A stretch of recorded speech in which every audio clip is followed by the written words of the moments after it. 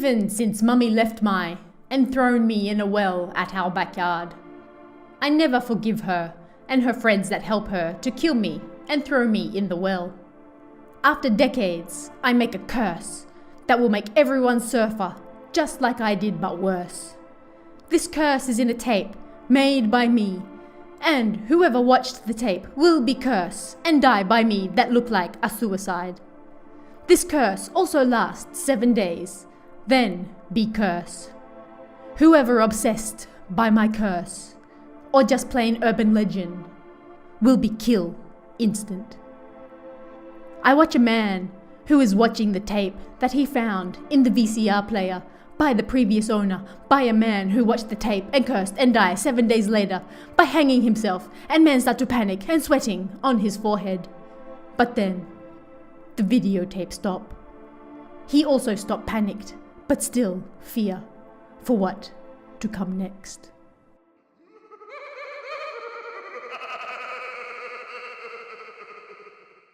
Yo, yo, yo! What's up? Howdy. Hey guys.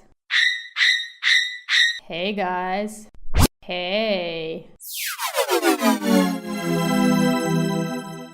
Hey guys. Welcome to another episode of Kowabana, where each week we bring you a selection of true Japanese scary stories, urban legends, and creepypastas from around the internet. Did you enjoy that little snippet of fanfiction at the start there? Because it brings me to a very serious question that I would like to pose to all our listeners this week. Now, think carefully, because your answer is very important. SADAKO versus KAYAKO. Who would actually win? And why? Let me know in the comments below, and I'll read out some of the best answers next week. With that out of the way, let's get to this week's episode. This week we're doing a special themed episode set around Japanese mythology. Gods, demons, and other Japanese monsters all show up to either help or hinder those in their way. Our first story is about a young man who gets lost in the woods. Unable to find his way back, he's about to give up hope when suddenly a larger than normal fox appears before him. But what does it want?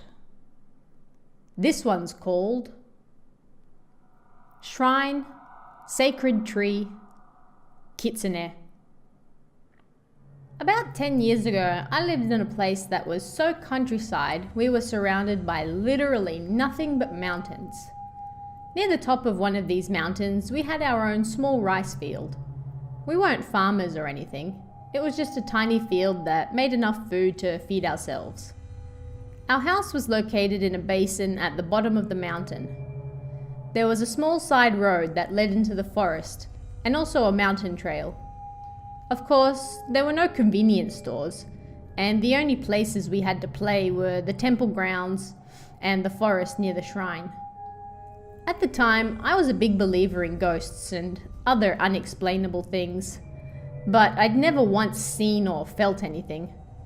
I had zero ghost sense, so to speak.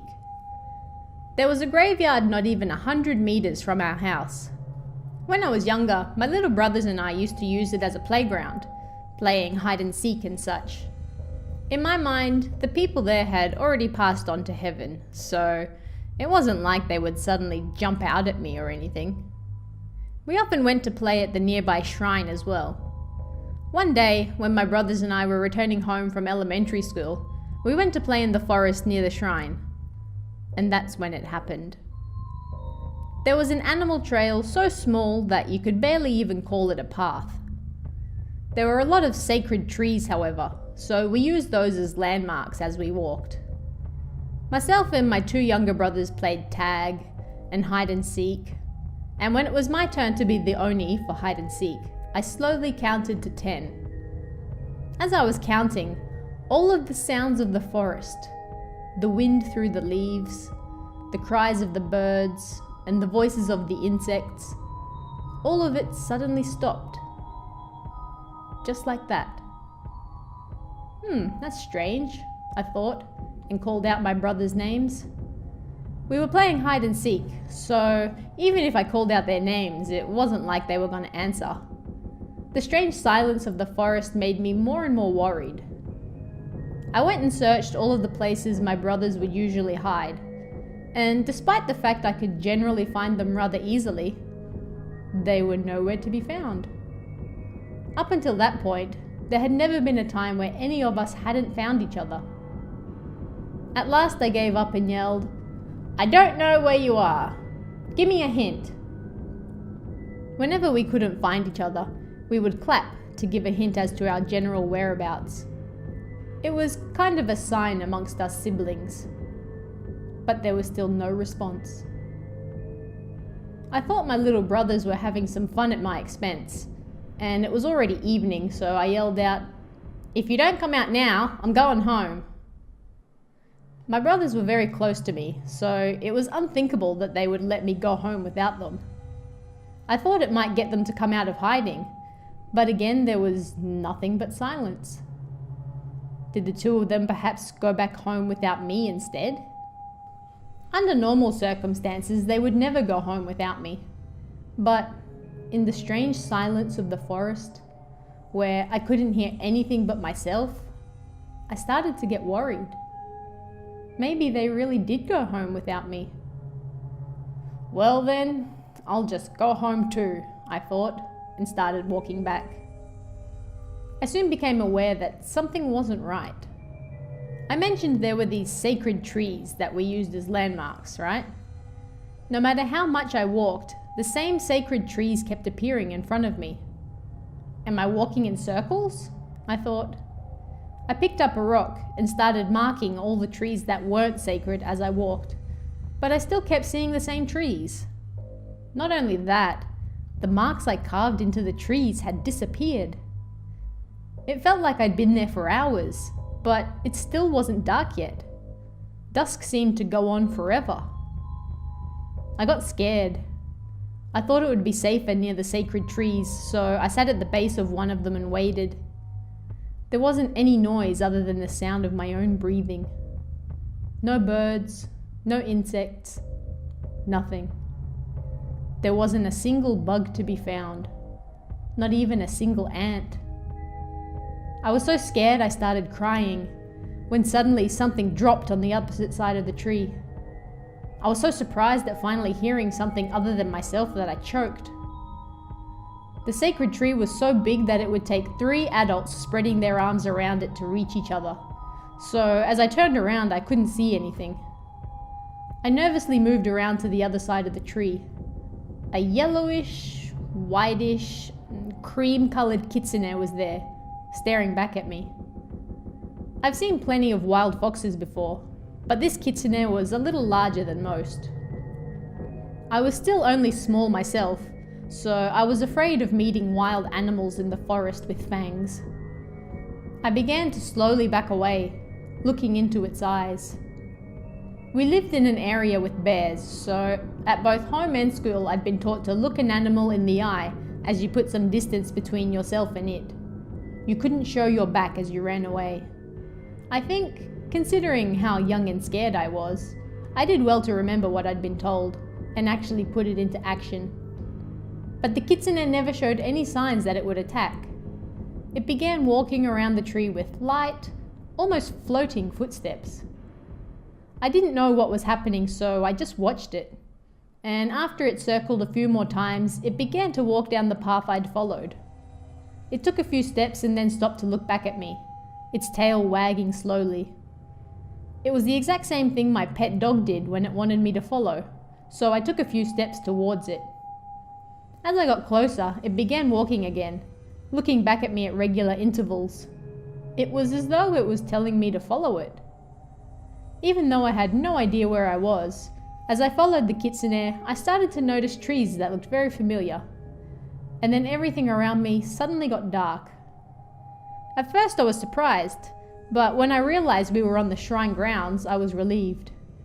My brothers had apparently gone to let our mother know that I was missing, so she was already there, looking for me. She called out my name when she saw me and pulled me into a hug. She was so scared she refused to let me go, and I just cried in her arms like a baby.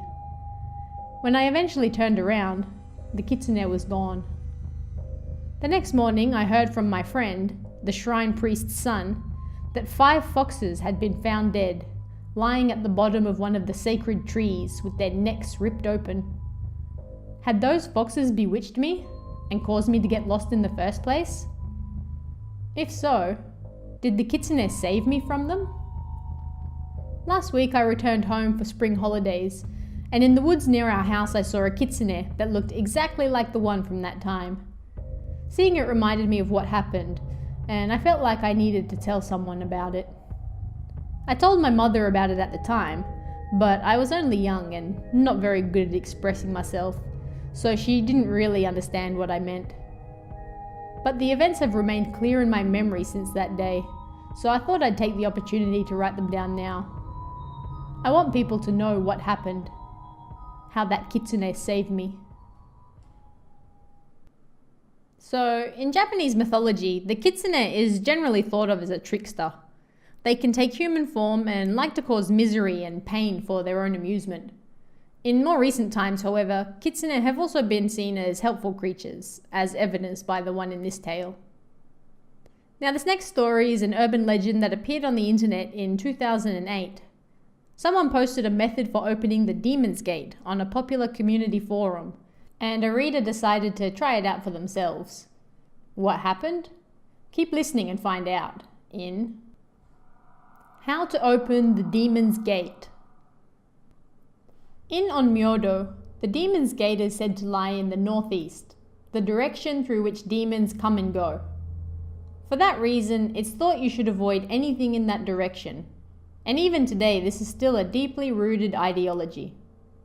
People are particularly conscious of this when constructing houses, and so if something such as the kitchen, bathroom, or entranceway even slightly faces the northeast, it's said that the family will be met with bad luck.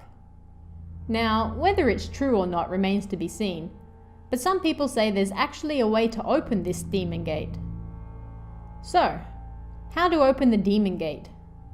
If you're truly fed up with life, please give this a try. Step 1.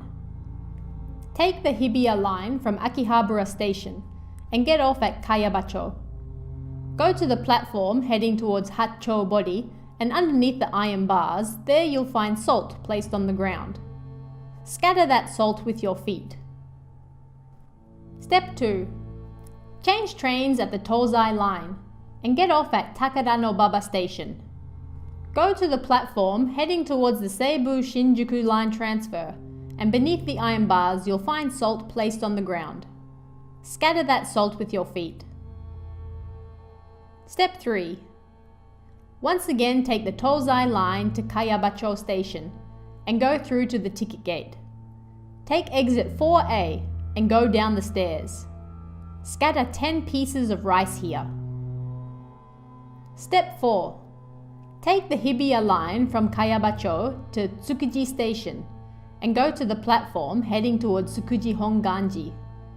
Beneath the iron bars you'll find salt placed on the ground. Scatter that salt with your feet. Step 5. Get back on the Hibiya line, close your eyes, and think about the one thing you want most. Clasp your hands together and continue to ride the train as so. So the above way of opening the demon gate was written on the occult board on the website Nichan. About a month after this was posted on July 10th, 2008, somebody posted in the same thread about how they tried this method. So I was free after work, so I figured I'd go and try it out. And the salt was actually there, so it freaked me the hell out. What the hell is that salt for? I really want to know. The following day, there was a news report. On the morning of the 11th in Tokyo, Meguro-ku, a young man was found dead from blood loss in the pool of a company president's home. The Metropolitan Police Department are investigating whether any foul play was involved in the incident. At around 6:20 a.m. on the morning of the 11th, a woman living in the residence called the police to report a young man bleeding from the head inside the pool in Agariyama, Meguro-ku. When the police arrived, they found the man lying face down in the empty pool with just a white shirt on. He was pronounced dead shortly thereafter. The man was not a resident of the household, so the police are working to verify his identity while they investigate the possibility that the incident was not an accident. The scene took place in a peaceful, affluent neighborhood, roughly 500 meters from Nakameguro Station, on the Tokyu-Toyoku line. To die in a stranger's empty pool is truly a strange way to go. Just what exactly was he doing there? Even more strangely, the man died the very next day after reporting that he'd tried the test, and he was found near Nakameguro Station, which lies to the northeast of the aforementioned Akihabara Station. Perhaps the man followed the information in the thread and really did open the Demon's Gate. Of course, all these stations are actual stations in Tokyo. You can go there and check them out for yourself. If you do find piles of salt beneath the platform, however, maybe think twice before scattering it. The next story is about a woman who likes to go fishing with her husband, but on the way home they see some strange lights in the distance. Just what exactly are they? This one's called The Mountain Pass Onibi. On the way from Tokyo to Yamanashi, there's a road called Wada Pass. It's a famous mountain pass on the internet due to numerous reports of ghost sightings. My friend's aunt also had a strange experience there. This aunt's husband liked to go fishing and travelled far and wide for his hobby. The two of them were very close, so she often went along with him. They'd been through the Wada Pass several times over the years. The aunt once told my friend, "Wada Pass is kinda scary. Going from Tokyo to Yamanashi is okay, but the return leg is kinda creepy. If the windows are open, I always make sure to close them. It feels like something might jump in." On this particular day, they went to Yamanashi to go fishing, and on their way home later that night, they drove through Wada Pass. "Ah, we're coming up on the pass soon," the aunt thought. And when she looked outside, she could see blue lights shining in the trees. Are they fishermen? She thought, and looked away. But no matter how far the car drove, the lights were always in front of them. It was a bit creepy, so she said to her husband, "Darling, are those torchlights? They keep following us." "I know," he said. "But those lights aren't human." She noticed the number of lights were rapidly increasing. They were all around the car, like they were trying to surround it. "Darling, go a little faster." The aunt was spooked and closed her eyes so she wouldn't have to see the blue lights. It felt like it was taking forever to get over the pass, so she just kept praying to herself, "Faster, faster." Suddenly, she felt the car going back downhill. "Oh, we're through," she thought, and opened her eyes. Without a doubt, they'd entered the Tokyo side of the mountain pass, and were now descending. Fearfully, she looked around, but the lights were gone. She couldn't see anything in the darkness of the trees. Relieved, she noticed that she had broken out in a cold sweat. They didn't look like that, plasma or anything. They looked like they were alive, she said, unsure of what she had really seen. As the title states, it's safe to assume the lights the aunt saw in this story were onibi, which are Japanese yokai. They appear as floating orbs of light and try to lure people to their death. The Wada Pass is, of course, a real mountain pass that you can drive through. Be careful of floating lights if you do. For our next story, we're returning once again to kitsune. Only this time, the kitsune may be more foe than friend. This one's called Kitsune Possession. I have a friend who was born in a temple, and once his father passes away, he'll take it over. It's not like he can see ghosts or anything, but he sometimes comes into contact with strange happenings. Some time ago, one of his friends lost use of his hand. He went to the doctor, but they couldn't find any reason why.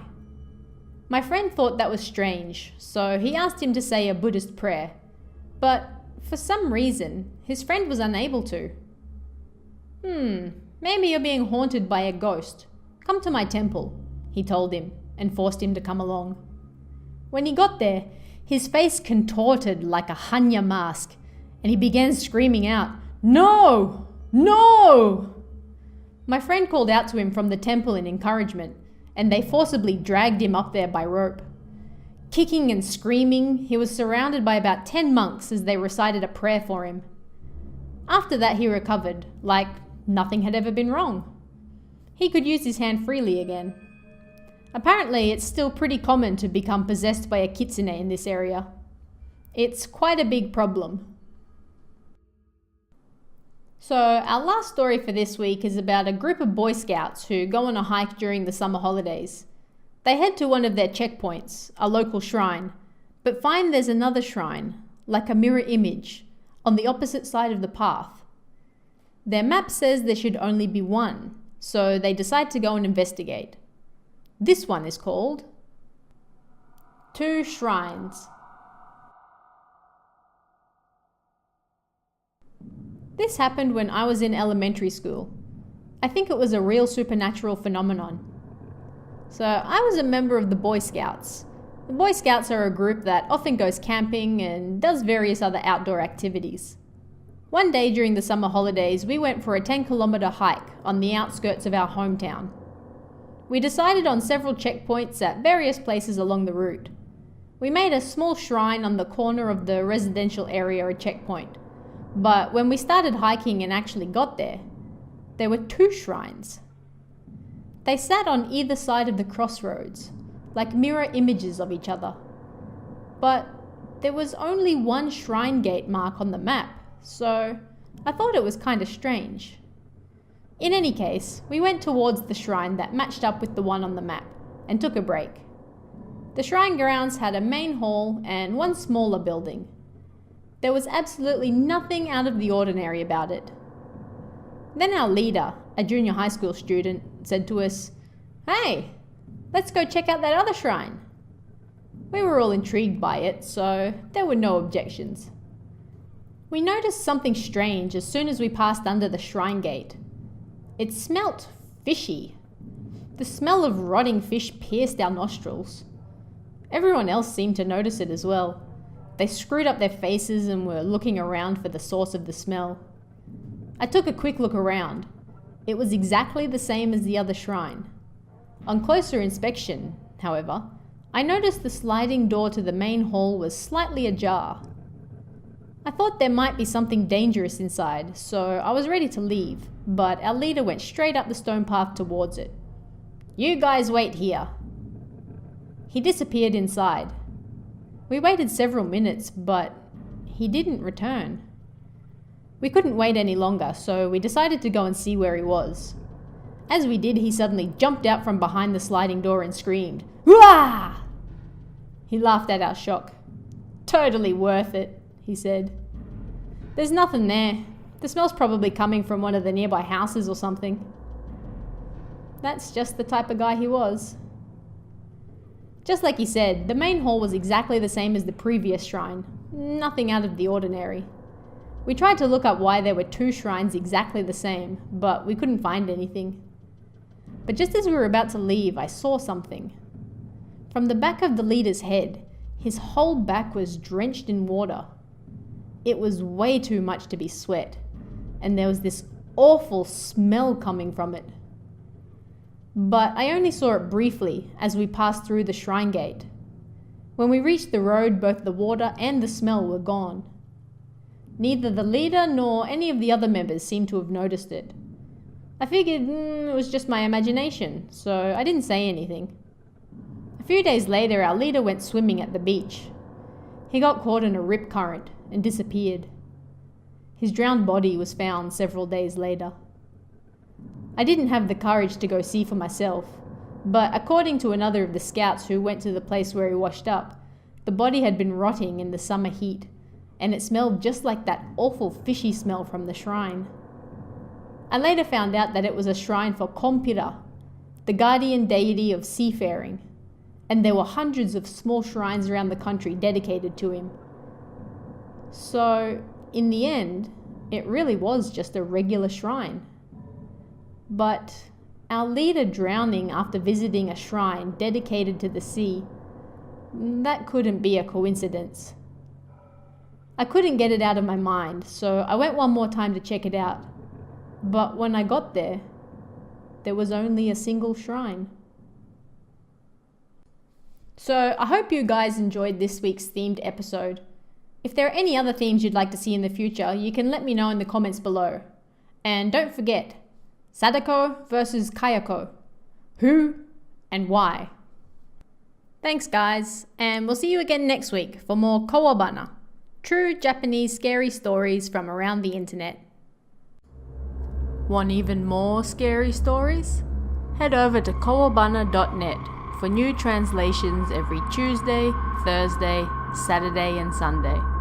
You can also join our Patreon for exclusive stories you won't find anywhere else. Head over to kowabana.net now.